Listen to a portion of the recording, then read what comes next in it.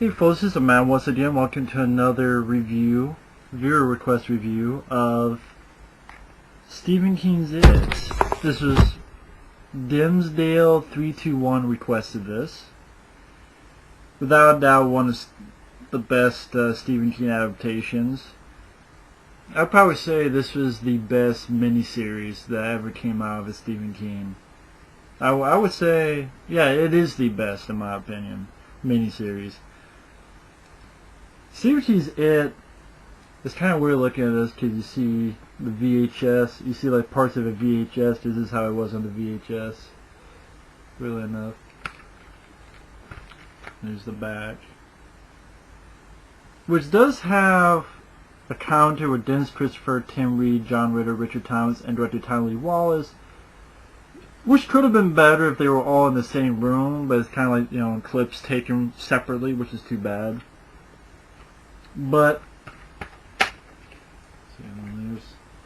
as it tells a lot of chapters, because there's a miniseries that took place on 2 nights.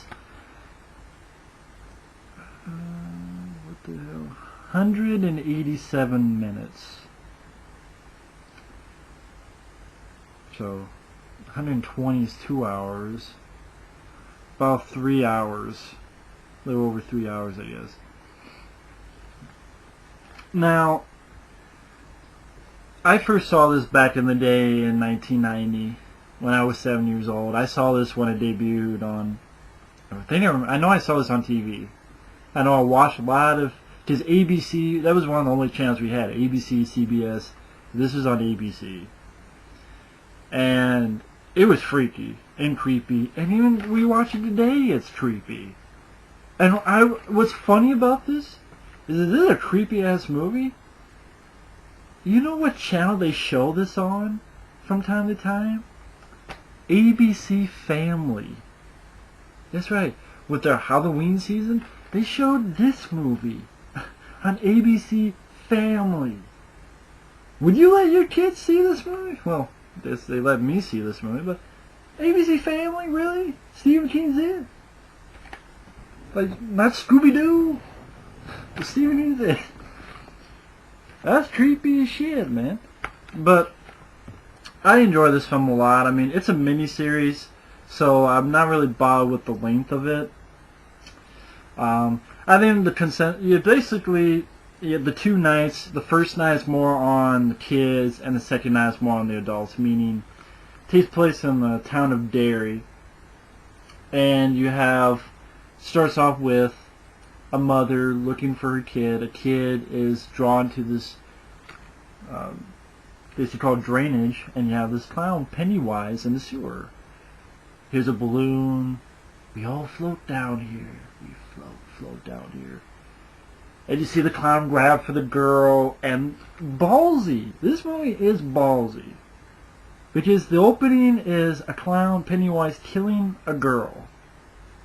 Now, you don't see gore or anything like that, but the reactions sell it, the idea, the intensity sells it, and it's freakier and creepier than most shit today.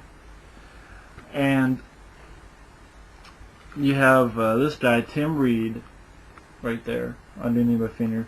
He stayed at Derry, and he realizes it's starting again. It's back, and he starts calling his friends, and each time he calls his friends, like you got Richard so that's Harry Anderson from Night Court, Dennis Christopher, who was in the film I saw, Fade to Black, which I liked. That's Richard Masur, or Richard Masur, I should say, from John Carpenter's The Thing. Annette O'Toole, that's Tim Reed. John Ritter, who unfortunately is no longer with us, and Richard Thomas, not Henry Thomas or Harry Thomas, Richard Thomas from the Waltons. And basically he calls each one, and when he calls each one has a flashback to when they were in Derry in the 50s and how they experienced the first encounter with Ed, who sort of, a lot of times, and the clown, played excellently by Tim Curry, very creepy. Tim Curry's best performance. And a lot of times he plays on your fears, so like Harry Anderson, he's gone to be sort of an actor. And back then he was a kid, actually played by Seth Green. And he was into movies, and he got scared by a werewolf. This Christopher lives with his mom and has a problem with asthma. And you have a scene where he's in the shower, and you see good effect of the shower drain being stretched and Pennywise poking his head out. Annette O'Toole, you can tell she's having some dealings with her father. Her father may be molesting her, abusing her, you know, that sort of thing, possibly. And so, like, the bathroom becomes all filled with blood. She's cleaning it, and her father's there, and it's like, how come he's not seeing all this blood here? John Ritter, back in the day, he was a little bit of a chubby kid.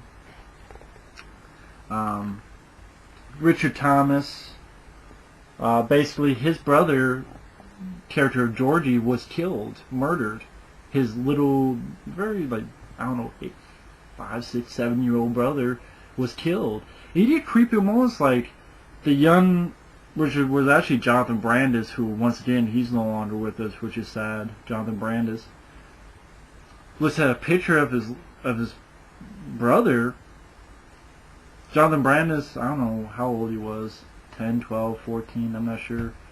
Probably older than 14, I don't know, 15, not that old.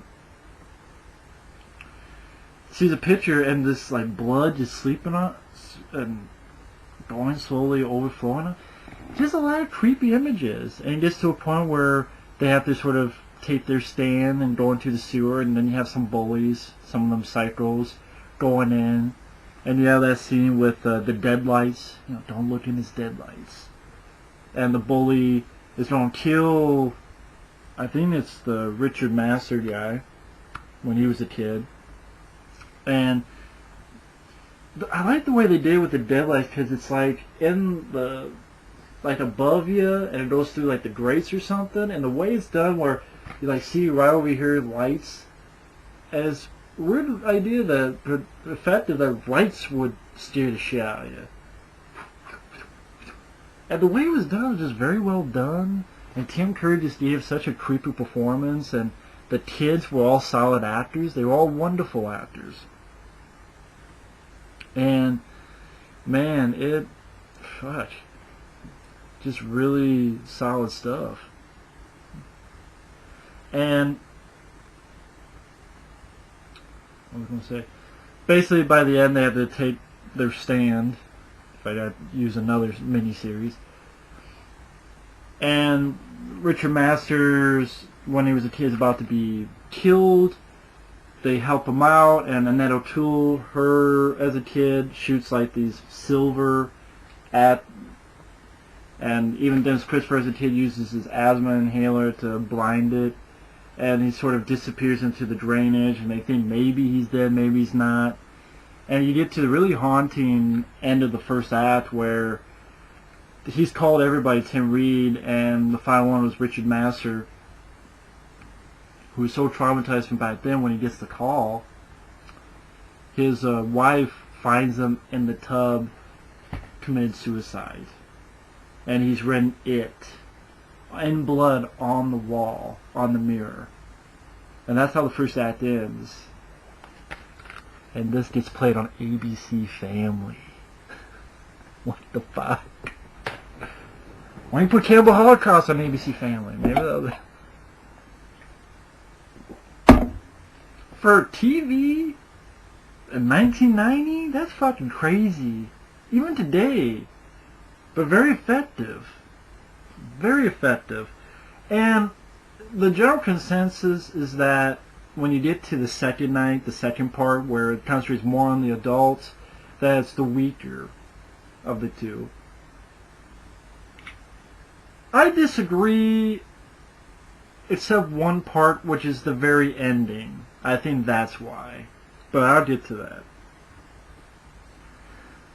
Other than that, though, the second half I still really enjoy, because I really love seeing these actors.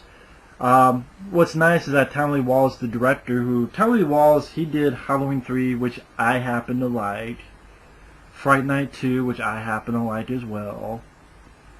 I would say this is his best film, though, Tommy Lee Wallace. The nice thing was that he said that the actors, these were actually, as he calls it, pussycats to direct. Very nice, very sweethearts. And that the kids were the hassle. And that these guys had no ego. And that's kind of nice to see, because you can tell just from the little bits they put on the commentary, you know, that they are proud of this film. And I'm glad for that. And they should be. It just would have been nice if you had more features, like a documentary, that they had gotten all of them back together and talk about it.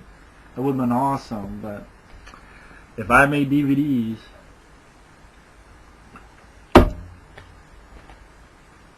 but it's one of those things where they come back and Harry Anderson's really funny. He gets some good one-liners in there about, you know, why the hell are we here? Why don't you just get the hell out of here? And they all get visited by Pennywise once again. Gets to the point where they actually find their friend Richard Masters' head in the little like fridge, and there's like a balloon that explodes and blood hits their faces, and just crazy shit happens. Richard Thomas's wife, like his girl, goes after him to Derry. Kind of weird that I stuttered, because actually Richard Thomas's character stutters. And she gets taken by Pennywise, kind of like hypnotizing the deadlights. And also he uses the bully from back then. He wasn't dead, but he was just fucked up, and all the murders were blamed on him. And Pennywise sort of uses him to escape and attack, and he stabs Tim Reed, but doesn't kill him. So the black guy does not die. Holy shit! It's a horror film. The black guy doesn't die, and he's actually a smart character. And I like this actor, Tim Reed. I remember he was also in the film Dead Bane. Likeable actor. And basically I figure out what to do next, and what they have to do, have a final stand. And I think this is how it is in the book. So if you gotta blame someone, you gotta blame Stephen King. Because it was his fucking story ended with he finds it, and it's a fucking crab. Just a giant crab. You got crabs? Yeah, a big motherfucking one. And I think that's when people don't like the film, it's that. It's just it's a big build-up, and Pennywise is gone. It was very creepy. Tim Curry did a great job, and you're stuck with a giant crab monster. Kind of spider. I call it crab, just, I don't know, because it kind of looks like it, but it's also like a spider as well. And you're like, and it kills Dennis Christopher's character, and like, this is basically what these three do. They get hypnotized in the deadlights, and Annette O'Toole has to save their ass. And then finally they're out of it, and then they rip it apart, and rip its heart out. Which, that was actually cool. But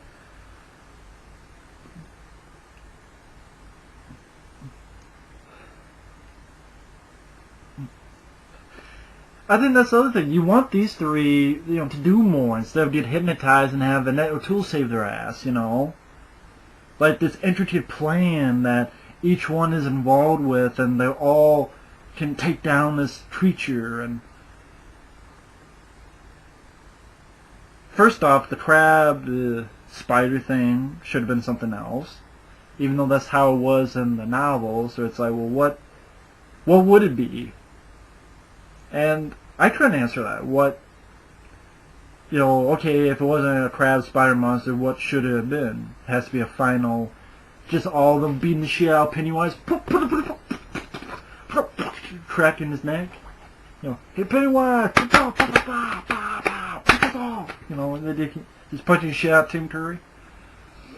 I don't know. That's a tough decision, though. It's tough. I would not know. I mean, it just... At the end of the day, it's a big build-up, and then spider thingy. But I think... If you had that... But these two were doing more, like, an intricate plan... It doesn't have to be like the A-Team, but, you know, or MacGyver, but I'm just saying something like, they're all together... Now they all have this plan. One does this, one does that, one does this other thing. And so they all have contributed, you know. Instead of going down, being frozen, and then another tool saves them by shooting her silver into the deadlights.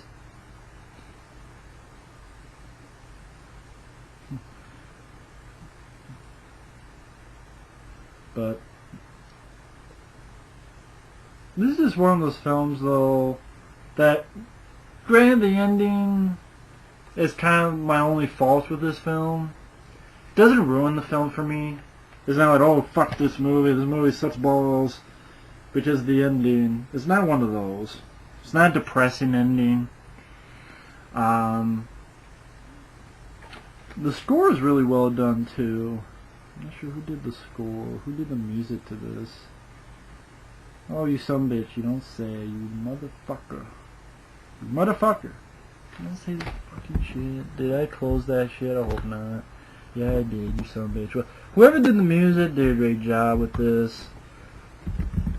And I know they're doing a remake. I think that's another thing Dimsdale wanted me to talk about was they want to do a 2-hour remake. That's R-rated. And I'm like, it's gonna fail. It's gonna fail. You wanna know why? They did it right the first time. Okay, well, we'll fix the ending. Well, even if you fix the ending, you don't fuck up the first 3/4 of the movie.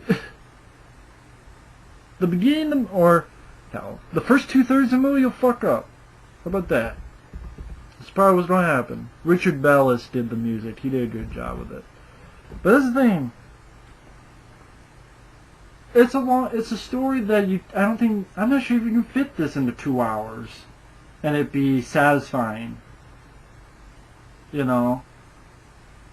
And you know what it's gonna be? It's gonna be like Nightmare on Elm Street or fucking Fright Night. There's gonna be some shitty ass CGI. They're gonna cast some teeny boppers. Oh, we can't have adults. It'll be when they were I don't know what the fuck it'll be. It'll be just like a fucking 5-year difference. Or a 10-year difference or something. For some reason, I think there's somehow, some way, someone's going to pay, and there's going to be some fucking teeny boppers in there or something. Even if it's not, ooh, whoop-de-doo, wow, they actually did something that was common sense. There's going to be shitty CGI, editing a la MTV, or it's just going to remind me of Nightmare on Elm Street remake, Fright Night remake, which that's could still kiss my ass. I don't buy this whole remaking Stephen King's It. It's not needed. It's a good fucking movie. Yes, the ending could be better. Blame Stephen King. It was in his fucking novel. What are they going to do for the ending of this film? Is it going to be a CGI creature? Maybe, oh, you know, it'll be different. And then all of a sudden it's like, wait a minute, it looks like the creature in Leviathan. It's going to look like the creature in Deep Rising. That's what it's going to be. It's going to be the creature from Deep Rising that they're going to steal, and then they're going to change those couple, like 3-4 things, and that's it. More like shit. Stephen King shit. But this does not need a remake. It doesn't.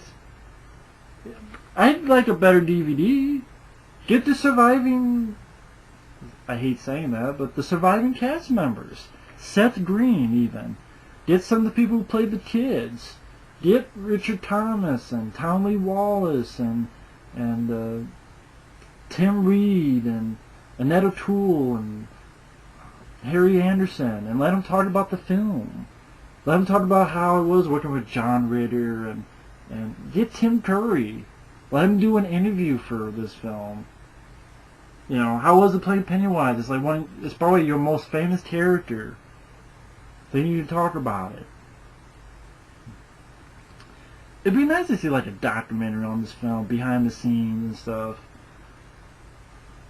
At least in my opinion. And get commentary like The Goonies or, you know, ones where they're all in the same room, you know, and having fun talking about it. Maybe that'd be my idea, but doesn't need a remake. It's a good fucking movie. Very creepy. Very, very creepy. When it was creepy when I was a kid, it's creepy today. Very effective. Definitely one of Stephen King's best films. I'd give it like an A minus. That minus is for the ending, but the rest of the film is so damn good that even though the ending was disappointing with such a great build up, but it doesn't piss me off tremendously. Now, if they killed everybody, like Alien 3, that'd be another thing, but just great cast, effective scares, solid direction, the best miniseries from the Stephen King. Fuck Storm of the Century, fuck The Shining miniseries. Langoliers I like, but it's horrible CGI. Fuck Tommy Knockers. I do like The Stand. Although once again, the ending, that's another movie. Same thing. I like it, but the ending, eh. But I like this more. This is just very creepy, very effective, and great cast. So either way, thanks for watching. Take care, and we will see you later. Ciao.